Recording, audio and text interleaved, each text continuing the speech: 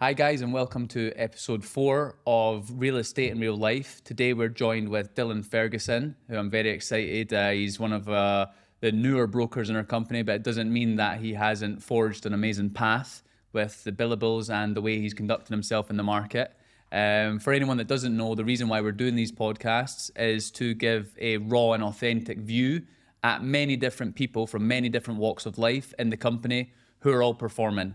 Some people are in sales, some people are in leasing, some people are on their way to sales, some people are here 6 months, some people have been here 4 or 5 years. The big important part here is we want to show an authentic side of real estate in real life in Dubai.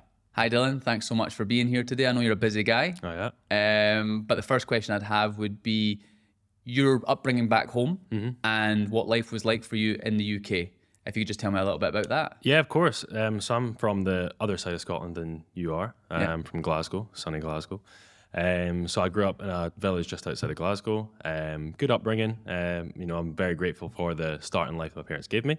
In terms of work that I did back home, before I came here, I was a nightclub manager. So something totally different. Yeah. I've done a lot of work in retail. So done quite a lot of different jobs back home. And I was always sort of looking for the right thing to click, very, very different life now to how it was just a year ago. And do you think it's clicked now for what you want to do?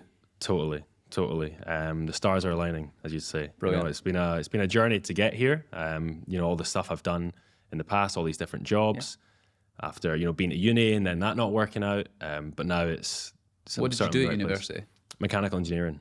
So something completely totally different. Off the totally different. Yeah. It suited my strengths at school, but I never had any passion for it. I didn't want to do it. It just wasn't just what you're fed in the UK. Go to university, get a degree, and that's how it should go. And that's just never appealed to you. Yeah, exactly. Amazing. Mm-hmm. So Dylan, you went to university. You've tried. You did the odd jobs in the UK, and then you've decided to move to Dubai. What made you want to move to Dubai? And was real estate your first choice? Mm-hmm. For me, I always wanted more out of life. And I always knew there was something that people weren't telling me. Back home, the whole school, uni, grad job just wasn't it for me. I've seen people making loads of money out in the world, and I was like, how do I get a bit of that? Yeah. And for me, my course back home was 5 years. So a 5-year course to maybe get a 40 grand a year job at the end of it. 5 years for 40 grand, it just didn't make sense to me. So I was like, there's got to be something. So I left uni and went on a journey to sort of find exactly what it is I wanted. And then, I'm surprised I didn't figure out about Dubai earlier on in life. Part of me wishes I had seen it earlier, because then I could be even further down the line. But, I feel like I found it at the right time. And when I seen what was happening in Dubai, I seen, real estate, it was just a no-brainer for me. I seen people like me, similar past to me, similar situation where they'd been to uni, it hadn't worked out, went to Dubai and started doing real estate and changed their life. So I was like, if they can do it, I can do it. No one's special here. Mm-hmm. No one is special. You all have the same tools. Exactly. Everyone's got the same tools. And it's just, for me, it's just hard work. So when I looked at it, I said, if they're doing it and I know the work ethic I have, then I can do it, and I can do it better. Yeah. So that's sort of my reason for making the jump out. Yeah, and real estate was your first choice. Yeah, it was the only choice for me. I mean, I didn't see that kind of money or that kind of success or that lifestyle in any other industry. Yeah. Real estate just made so much sense to me. I not got a degree behind me or anything like that. Not really got a specific interest in a specific industry. And I was like, real estate for me is just like like an entire package of business, networking, building a client base. It's really down to the individual of how they, whatever they get from it is what they put in. Yeah. So for me, it was, it made so much sense for me as an individual, me as a person. It's definitely a theme across all the people that we've sat down with, that the hard work you put in is what you get out. And I know it's so cliche and it's said in every job, but I do feel like real estate is somewhere where you're not just coming in, sit down, get paid a salary and then leave at 6 o'clock, 5 o'clock. You really do have to put in the work. That's the thing. It's said in every job, but I don't think it's true in every job, because you could be sat beside someone at a desk in an office. They're earning the same as you, but you're putting in 3 times the effort. Yeah. And then maybe in a year's time, you'll get a couple grand extra on your salary.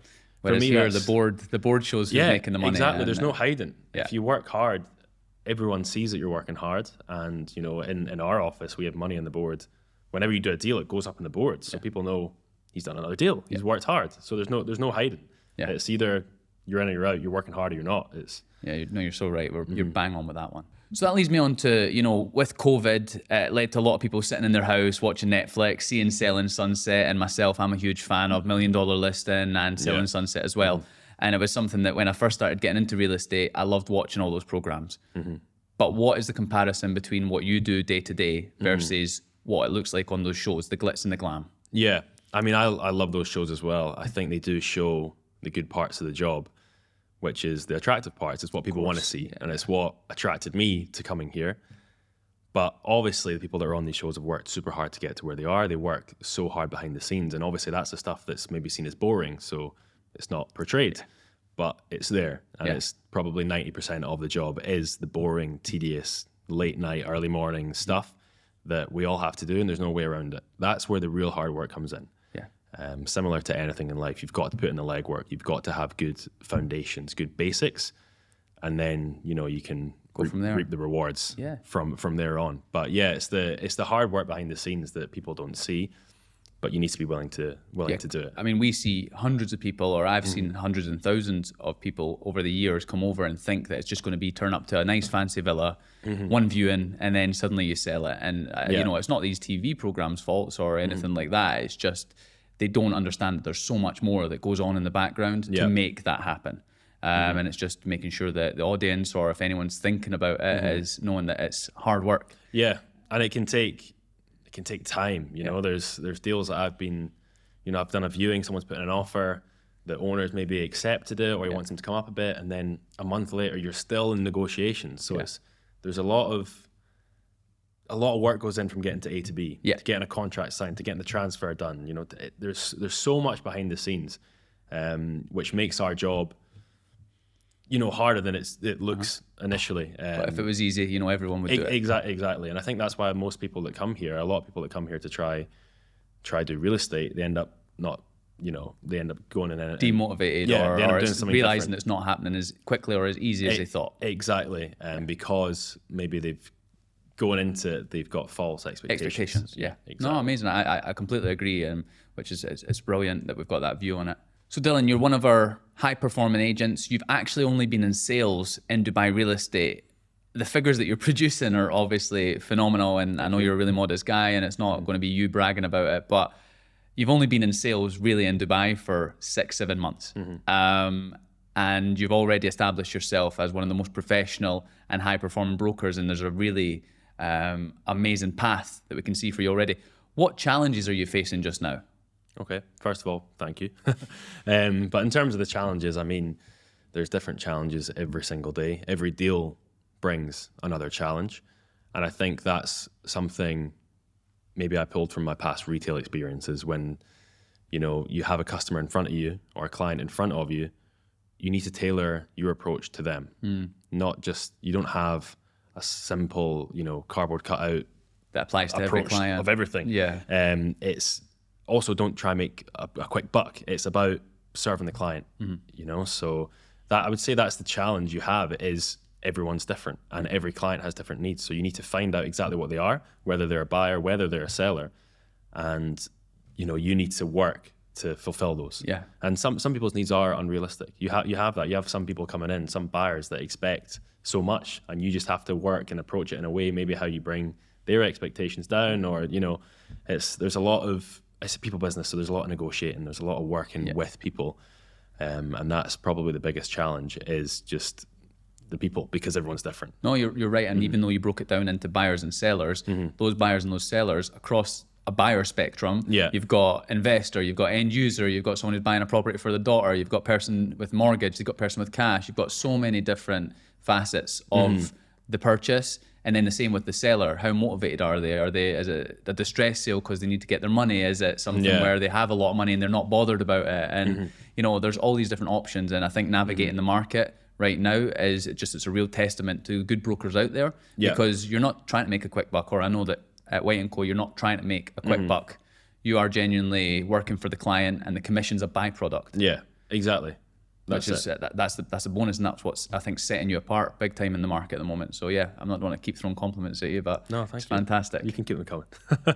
So Dylan, the job is, I always say this job makes either diamonds or rubble. It's a high pressure job. True. It's commission based, or as I keep calling it, performance based. Yeah. You make money if you do well, but there is no salary. There's no safety net. There's no plan B. If things don't work out, you're going to go and find another job, and it's not going to be making the same money that you're making right now. Yeah.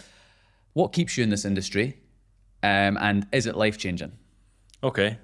So first of all, obviously there's the money that everyone says, you know, that's the main thing about real estate, but there's something for me that is way more valuable than the money, and that's the network you build. Like I said before, it's a people business, and your phone book becomes your best tool. You're like my goal every single day is just to build that phone book. I want my phone book to be worth billions. And that's where the real value is here. That's what keeps me in this job, is I'm meeting these people every single day. And no matter what you like end up going on to do in life, you've got those contacts forever. So that's the real value in the job for me. Obviously you have the money and everything that comes with it, which is great. And it helps keep you in the job. But yeah, for me, it's that network that you build. Yeah, no, definitely. I agree with you there. So that's your reason for keeping at it, and you find that can be life-changing or not? Totally life-changing. Totally life-changing. It's changed my life in a short period of time. It's exactly what I was looking for when I spoke earlier about the stars aligning. That's what's happened. And yeah, it just changes. I've seen so many people's life be changed by real estate, and I'm one of them. So I'm a big advocate of what this job can do for you if you put in the work and you give it the right approach. Yeah. And you don't expect too much out of it for too little, because that's not what it is. Now, this is obviously my fourth sit down with a high performing broker, and I just got a question that's not written down. I haven't prepped you on this, but coming back to what you were saying there, are you doing better right now, or just at the level, or are you behind where you thought you'd be a year ago? Wow, great question. A year ago, I mean, yeah, I'm doing a hell of a lot better than I was a year ago. And if you told me a year ago what I was doing now, I mean, yeah, I've always had belief in myself. So I'd be like, yeah, sure, of course I'll do that. But you know, the reality is, I've 10x'd my life really, as from where I was. So fair enough. Yeah. I know it was. I know it's a question you weren't prepared for, but it's just, you know, sometimes these things come to me when I'm sitting with someone, and it's inspirational hearing it, because I know that when I see what you're doing as well, it must be tough to come from, you know, Glasgow, and then a year later, you're doing what you're doing. But that's everything I had to ask there. I think that's the thing I love about Dubai, is things don't take long here. If you come here with the right drive and the right desires, you can do so much in a matter of months. Back home, to really make a change in your life, you're talking years. The people look at it year by year back home. They go, I'm on this salary this year, but maybe in next year or in 2 years I'll be on this. Whereas here it's month by month. I do a good month. And you control it. Exactly. I do a good month, and I want to beat my last month this month. So for me, it happens now, which is the way the world should be, I think. You know, if you want something, get it now.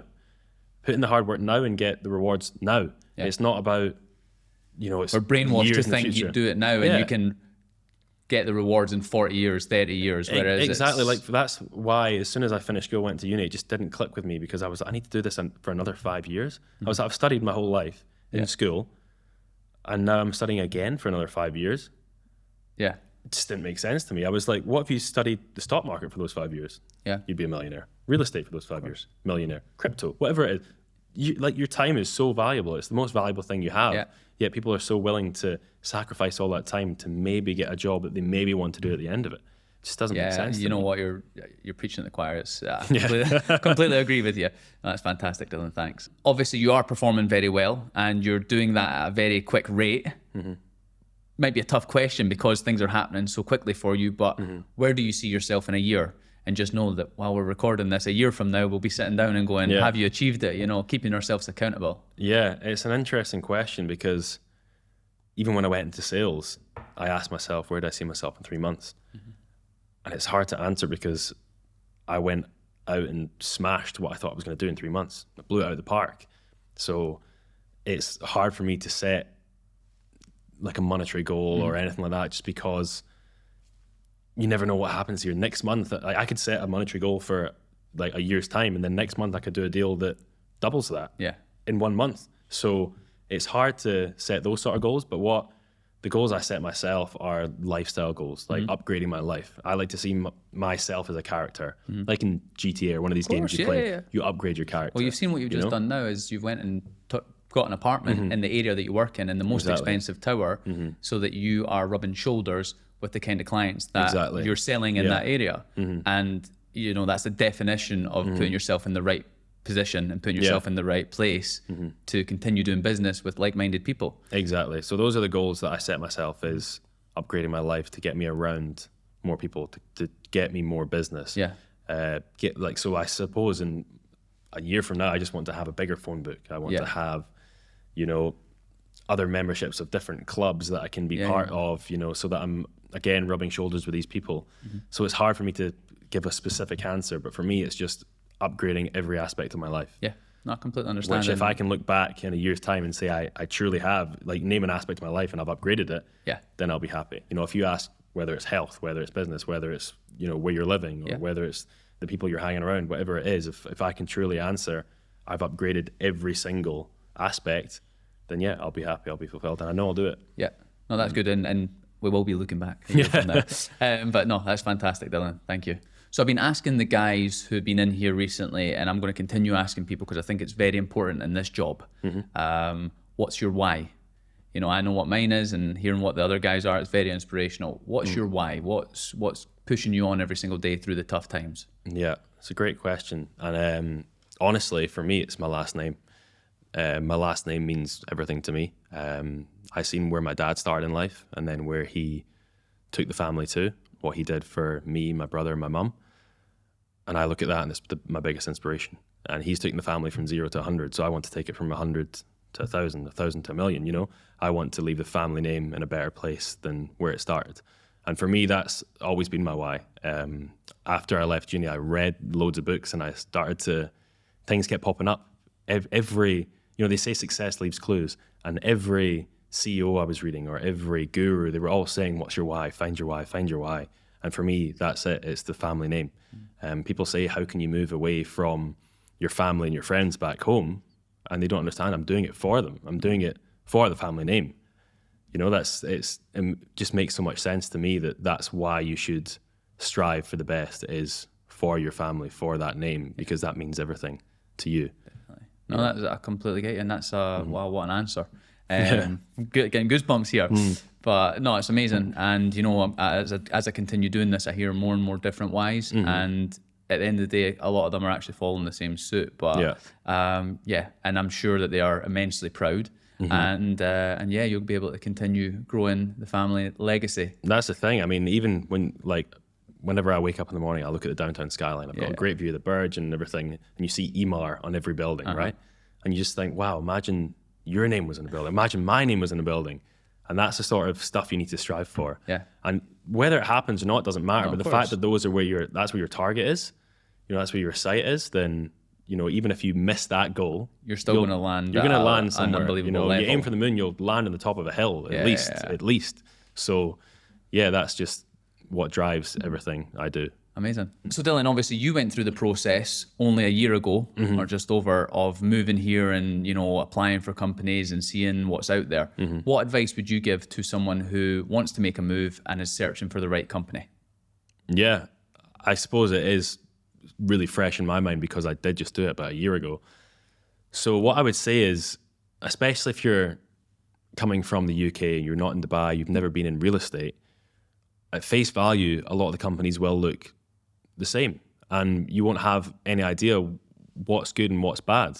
You know, you'll look at their websites or Instagrams, and you'll see a lot of the same stuff, properties, and everything looks great. Similar to, you know, shows, they'll always show the good parts, right? People selling stuff, agents doing really well. But for me, you really get the truth from a company, from the brokers, the people there. You know, content like this, consume content like this. That's what I did before moving here, is I started looking at people actually doing what I want to do.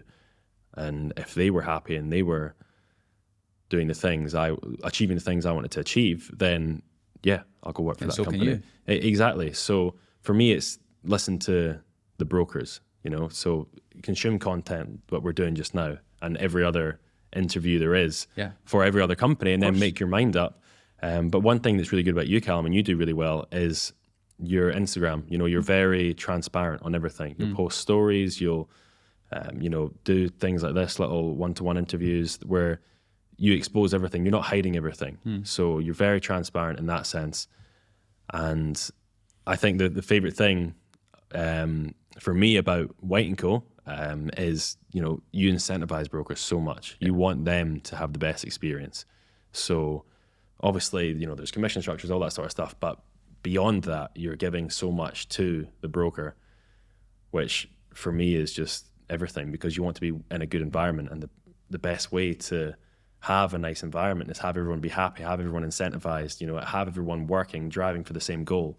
And I think that's something that you've done very well at White & Co. Appreciate it. I'll pay you after. But yeah, no, and obviously, Dylan, something that's really important, and every one of the brokers have actually said this, so it's funny because, you know, it just shows it's such a sentiment in the market, is speak to the people who work at that company. Without a doubt. Like, if any company tries to tell you, no, don't message our brokers, just speak to the recruiter, red flag.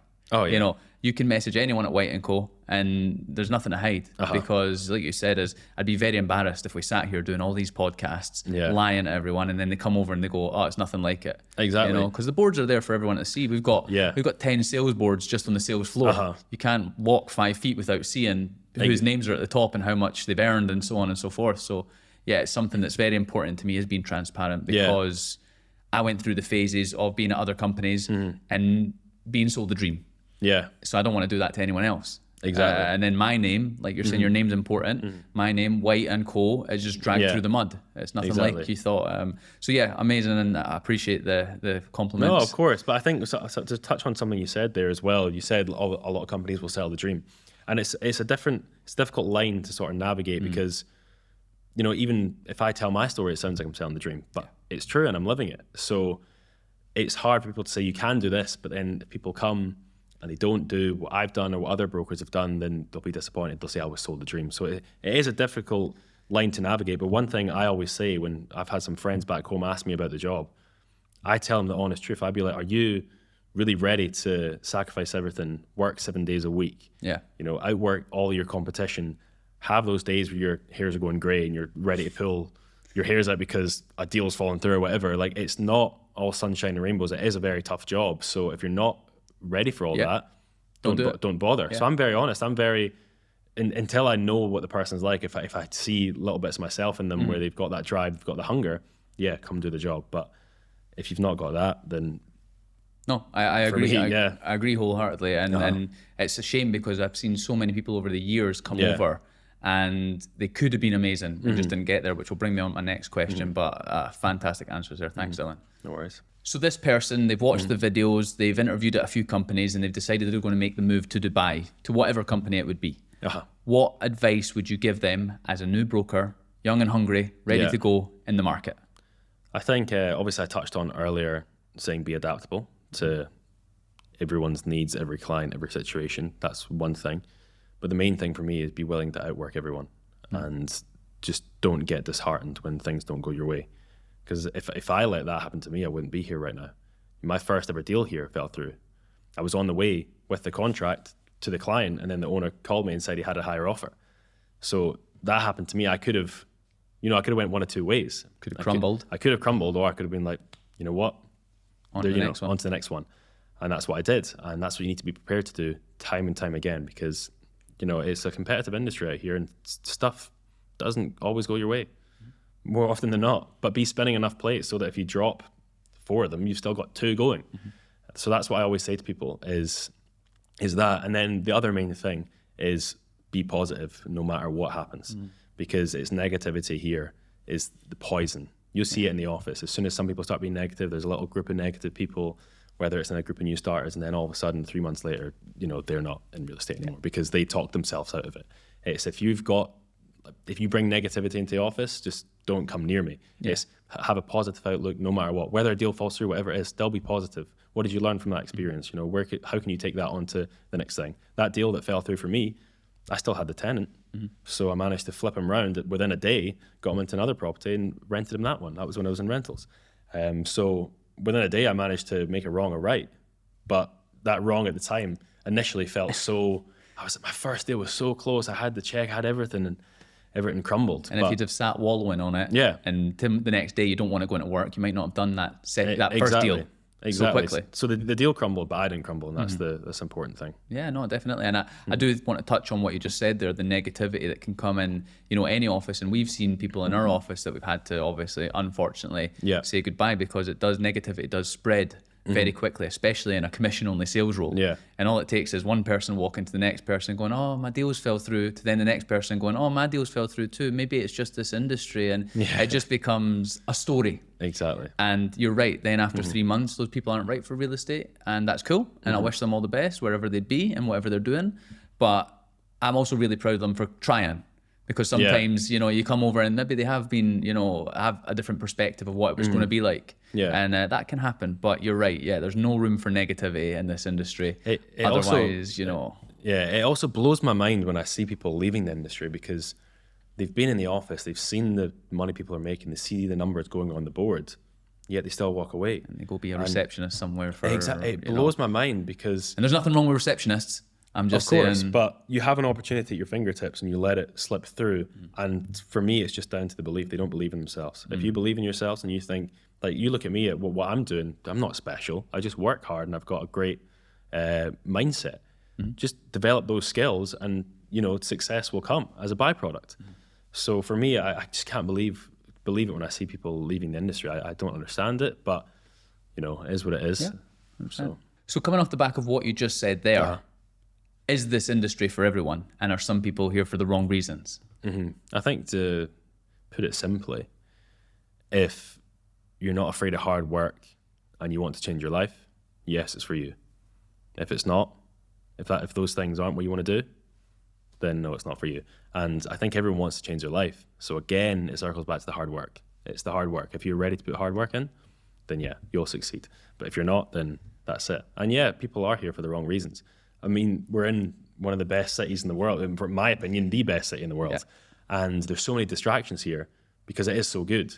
But you just need to make sure you're not getting, tempted by these and pulled away. When I moved here, I came from being a nightclub manager. Then I moved here and I didn't drink for 3 months because I was like, I know I don't want to get sucked into the party lifestyle over here. And I'd heard so many stories about people coming out here to do real estate. And then they go out partying and they blow all the money and they have to go back home with their tail between their legs. That was never an option for me. I couldn't do that. I couldn't look at my parents in the face and say, I failed. And no one would believe you. You know, I mean, you go home, I've seen it happen time and time again. Oh, why didn't you stay in Dubai? Oh, it just wasn't for me. It looked like it was for you on your Instagram when you were doing it. You know what I mean? Exactly. And it's no one believes it because especially more and more people now are moving here. When I first moved here, I didn't know one person. Now everyone knows a few people here. Exactly. Which is it's a really good thing. But so you'd say the majority of people who don't get to the right level, it's not that they can't do it. You think they get distracted. They get distracted, or they don't have the work ethic, or they don't believe in themselves. It's one of those three things. Completely agree. Understood. Yeah. To put it simply, it's definitely one of those three things. Yeah, because I think we can teach all the skills to get us to the level of doing the deals, but we can't teach a work ethic, and we can't teach you to want to learn. Exactly. You know what I mean? You have to do those parts. Exactly. You have to be hungry, and you have to be hungry every single day for the deals that's out there, because that commission is on the other end of on a phone call. That's it. Like you need to. It's all everything over here is on the other end of a phone call or on the other end of viewing. It's might so be a life-changing phone call right now. I wake up every day knowing that I could change my life just by making a phone call. Another question that wasn't written down for you. So does it get harder to stay hungry the more money you're earning? You know what it is? No, I think you just get hungry for bigger things. Okay. It starts getting to the point where you're no longer like you're shifting your energy into where's the next level. For me, like I said earlier, it's like leveling up your character. Yeah. It's the same with business. I just want to level up my business non-stop. So if I'm doing some, big deals and I'm doing a lot of them, then I go, actually, I can do some bigger deals and start doing more of them. And then those other smaller deals start to kind of go by the wayside sort of thing. So, I mean, you get hungry for the bigger meal. Yeah. You know, which is Appetite's expanded. exactly. Yeah. You know, you get an acquired taste for something better, something bigger. So I would say it doesn't get harder to stay hungry. It shifts a little bit. Your taste buds get matured, right? Exactly. Into the bigger things. Got you. Yeah. And it's a good answer, and I completely get where you're coming from. It's fantastic. Thank you. Still, moving on from the new broker that we've been speaking about, there are people in our market right now who are earning silly money. Yeah. Some people you've never even heard of that are just earning ridiculous money. And they obviously have a certain way of working. What makes, in your eyes, a top 1% broker? For me, you just need to be so good at the basics, but also be a really, really good person. You know, when I deal with my clients and I get really good feedback from them, it's because I've been honest, I've been reliable, I've been responsive, I've been trustworthy. You know, I'll turn up on time, I'll deliver value. All simple things in concept, but you'd be surprised that 95% of brokers out there don't hold themselves to those standards. And if you hold yourself to those standards, then you will creep up towards the top 1%. So honestly, it's just be a good person, deliver a good service. That's to me, that's it. I mean, if you do those two things to the best of your ability, then yeah, I believe you'll creep into that top 1% bracket of brokers. Yeah. It goes without saying. And do you think it needs to be a certain amount of time you've been in the market to get in that 1%? Or do you think that you can catapult yourself into that 1% by the service you provide, the work you put in, and so on? That's actually something, one of the kind of reservations I had before moving here. Obviously, I knew I was going to throw myself into 110% and I was going to make it work. But I thought, you know, am I going to get a little bit overshadowed by the experienced brokers, the people that have been here for 5, 10, 15 years? Can I compete with them? And the answer is yes, you can. There's so many new clients out here that don't care if someone's been here 10, 15 years. They care about the person that's in front of them. When I was here 2 months, I managed to get a really good connection with the landlord. He ended up giving me loads of his properties. And it wasn't until a month down the line where we kind of sat down and we actually got, you know, we spoke quite a lot, and he realized I'd only been here 2 months. And he couldn't believe it. Yeah. And he said, I've been working with so many brokers that have been here for years and none of them have done what you've done. Yeah. So again, it's not the experience. Sometimes experience gets you in the door. Of course.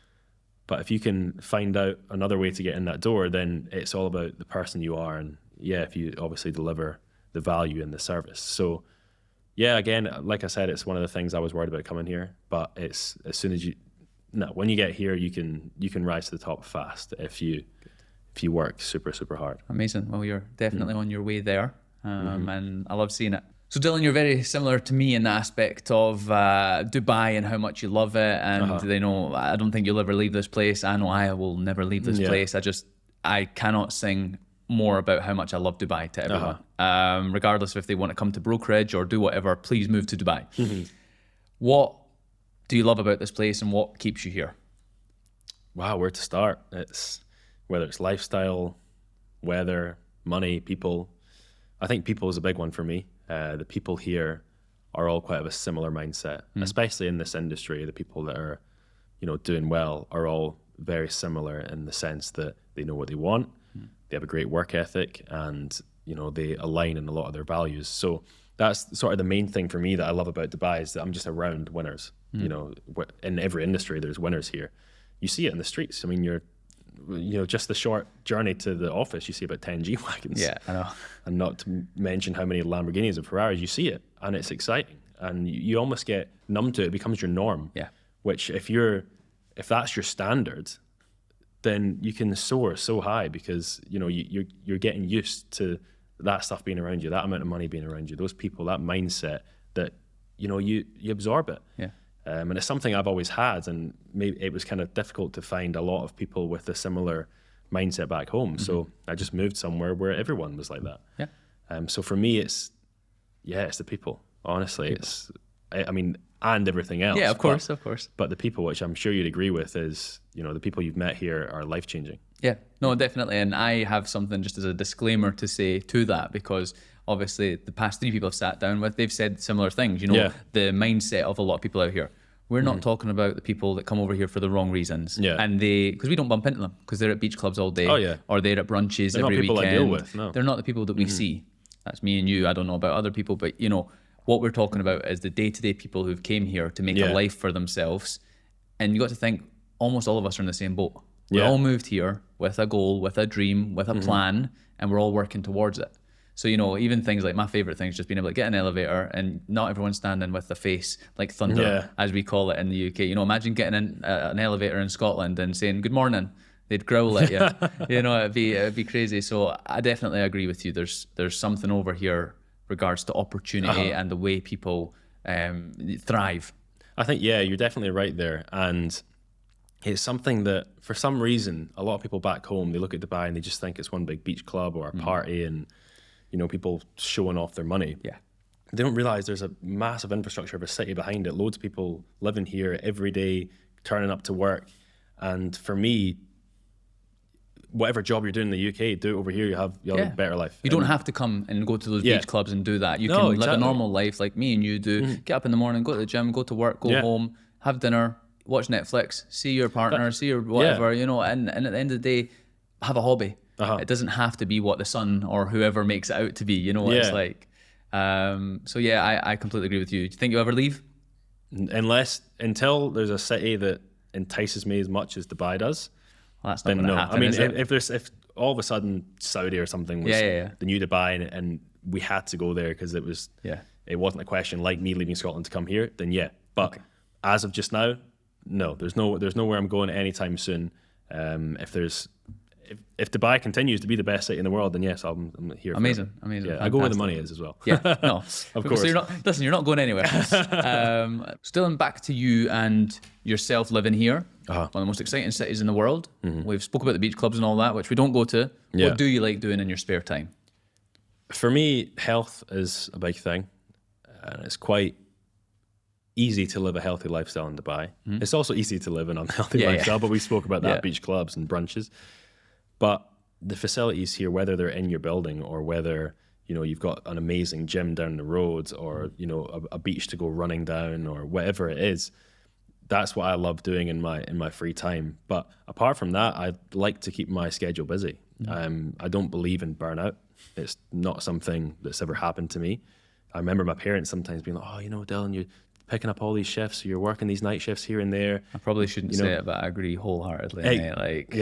That's the thing. If you love what you're doing, you're not going to burn out. Exactly. My parents always worried about it, and they looked like I was working so hard and so many different things. Sometimes when I was working in retail, I actually had a job. Do you know the rickshaw bikes in Edinburgh? The wee of course bicycle carriages. I did them on the weekends. So I did that Friday night, Saturday night, and then I was working in retail in Slater's from Sunday to Thursday. So I was working 7 days a week. And I remember my dad being like, "Do you not need a break?" I was like, "No." Like trying to make money here. Exactly. That's the thing, and that's what it's like out here. And I just thought burnout's not a thing. If you're young, you can suck it up and work and make the money. That's, to me, that's it. Because you obviously I still have my fun out here. I'm not making it sound as if you don't do anything. Yeah, exactly. But even when me and Zay will go out to, you know, like a bar at night or whatever, I'm still responsive on my phone. Or whenever we're meeting people, we're telling them about what we're doing. It's always networking. We're exchanging numbers. It's your life and your work, especially in real estate, just intertwine. So off the back of what you said there, when you're young, you don't burn out, so on and so forth. Because I agree. So when do you want to? I know you're going to probably have the same answer as me, which is I'm never going to stop working. I like working. Yeah. But when do you see that you'd be able to retire? I mean, if it was a question of money, then within the next 10 years, you could do doing this job Which easy. would make you 34, 35. 35 years old to be able to retire. Yeah. So the burnout now would be worth that. Yeah. Oh, I mean, yeah, definitely. But I could probably retire sooner than that as well if I keep on this trajectory. Yep. But again, retirement, I think, is an old-fashioned thing that you have to opt into back home. Of course. You know, whereas over here, it's I didn't, even when I worked jobs in the past, I always opted out the pension scheme because I said to myself, I don't want to have to rely on that. Yeah. I'm going to get that when I'm, let's be honest, probably if they've 70. still got a pension, exactly. When we're old. Yeah, probably 70 I'd get that. And by that time, what am I going to do with money? I'll probably, by that time I want to be a gazillionaire, so why am I, it just didn't make sense for an investment. I want to build my own pension, you know, whether it's a portfolio of real estate or whatever it is that's paying me regardless of what I do. You know, I could take a year off and I wouldn't need to worry. So that's where I want to get to. And I know, we've spoken in the past about this job being a financial vehicle. That's exactly what it is. That it'll get you to the stage where you can have, 5, 6, 7 streams of income, which is my goal, is to have all of that coming in. So and all being passive. Exactly. I mean, money just coming in, and that's where you obviously want to get to. And you're right, we do talk a lot about this being a financial vehicle, which is that's one of my favorite things about it. Is if you can take that vehicle and get that money made, then you can decide to have the level of freedom, no matter what it is, what that wants. I don't think I'll ever stop working. I love working, but there's other people in the business or other people in the company who want more time off, or they want to do whatever they want to do. No problem. Yeah, I mean, it's fine. It's what you want, as long as you're willing to put in the work in now. Exactly. And then you can genuinely look me in the eye and say, I'm happy with what I've achieved. I'm fulfilled in life. And for me, I'd say, look, you're 35. You've still got more than half your life to live. How are you fulfilled? Yeah. I think fulfillment is a never-ending search. Yeah, and as you get closer to it, your goal moves further away. I mean, that's what I find is, happens every month in real estate. I set a goal and I get there and I go, it's not enough. Yeah. And we're actually really bad for that, aren't we? Yeah. But that's what I was looking for. That's the person I am, and that's what it's always striving. But it's kind of like once you hit it, before you hit it, you're kind of like, oh, is that achievable? Then you hit it, and then you go, that was easy. Or you go, or even though it took a hard time, but once you hit, you really go, how hard was that really? Exactly. You know what I mean, to achieve it. So yeah, another fantastic answer, Dylan. I think everyone's getting a lot of value and knowledge from you as well. So thank you, mate. No worries. So Dylan, you made the jump, and as I said, it was only obviously about a year ago. If someone's sitting on the fence right now that can be whether it's to come to Dubai, whether it's to get into real estate in Dubai, or if it's just to leave their home country and get out and see that there's other things out there. Yeah. What would you say to them? I would say nothing good ever came from sitting on the fence. And people say, they want a push. And I'm like, why do you want a push? If you get a push off a fence, you might land in a puddle. What I say is just make a jump, be deliberate, be strong and land on your own 2 feet and then start running. Always be deliberate. People, when they're sitting on the fence, they're wanting someone to come along and say, you need to come this way, you need to come this way.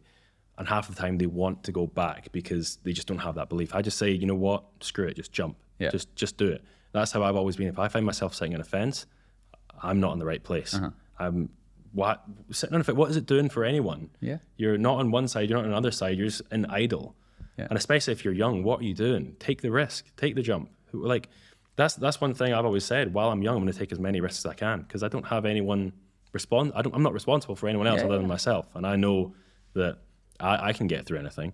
So for me, whenever I've had a chance to take a risk, I'm doing it. You've done it. Yeah. So, and I'll be honest, I forget the age you are, and obviously being 24 and the way you carry yourself, I feel like I'm sitting down with someone who's 30, and it's fantastic to see the level that you're playing at already. And we've got people at your age in the company. We've got 20. I'm sitting down with little Liam, Rentals Liam next week, and he's 21 year old. Yeah, then as soon as he's been smashing it, and guess what? Next thing you know, he got his brother out here who's 19. Exactly. And these guys are hustlers, and they love the chase, they love the money.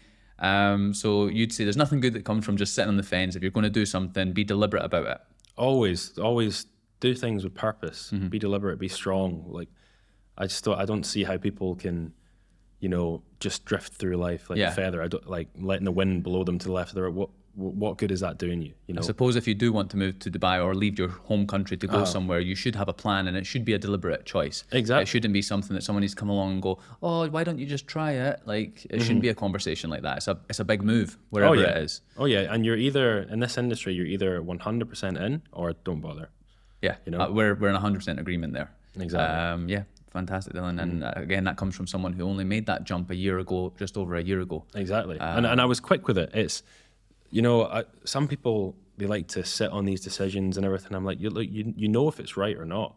You know it deep down in your heart and your soul. So just do it. Yeah. For me, it's not a question. If when I'm given an opportunity, it's now or never in my mind. It's not, maybe I'll sit on this and think about it for a month. But what good's that going to do you? You'll probably just end up talking yourself out of it, or you'll speak to other people who are either jealous or they think there's nothing better out there, or the grass isn't greener, or they have other opinions that they've formed out of nowhere. And so made No, the jump. That's a good point. Yeah, thank you so much. So Dylan, this is not a touchy subject, but something that when I'm asking people, you've got the choice that you don't need to put a figure to it. You can choose to answer this however you want.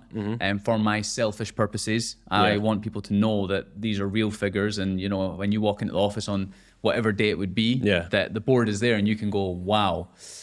What's the most commission or incentives, whatever you'd like to frame it as, that you've received in your pocket in a month?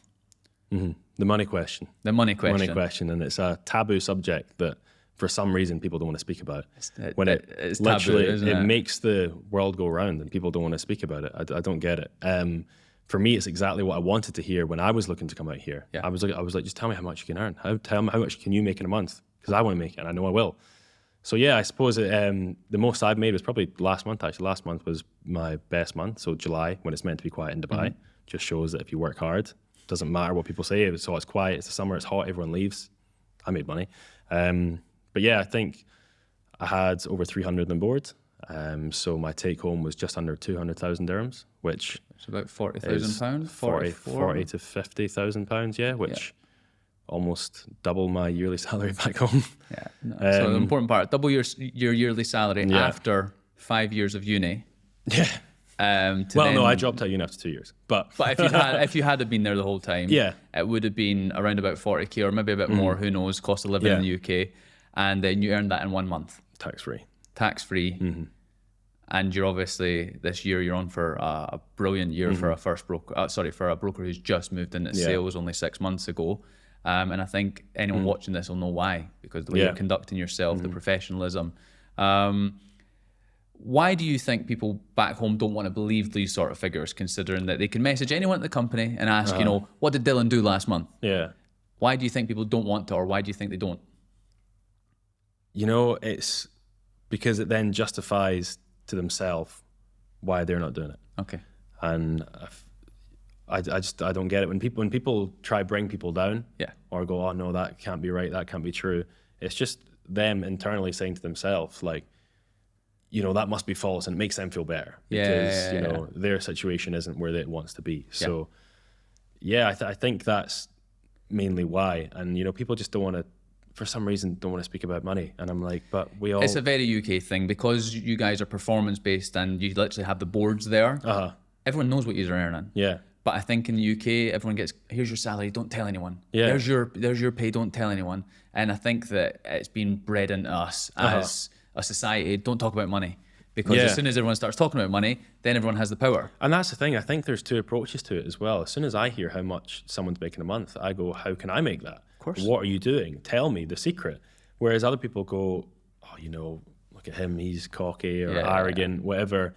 And it's like, well, if that's your approach to everything, then you're not going to succeed because you need to aspire to do some things. You need to look up to people. You need to learn from people. If they're earning life-changing money, how can I learn life-changing money? So I'm very transparent. When people ask me how much I learn, I'll tell them. I'll tell them how much I earned last month because I want them to feel inspired. And if they don't feel inspired, then they're not the right person. But that's the way that when you see someone else in the company who's earning more, if they were then you are inspired to go and earn that amount. Because I think that you've got people in there who've been doing it way longer than you, and they're earning more money, which there's nothing to be ashamed of. You're smashing it.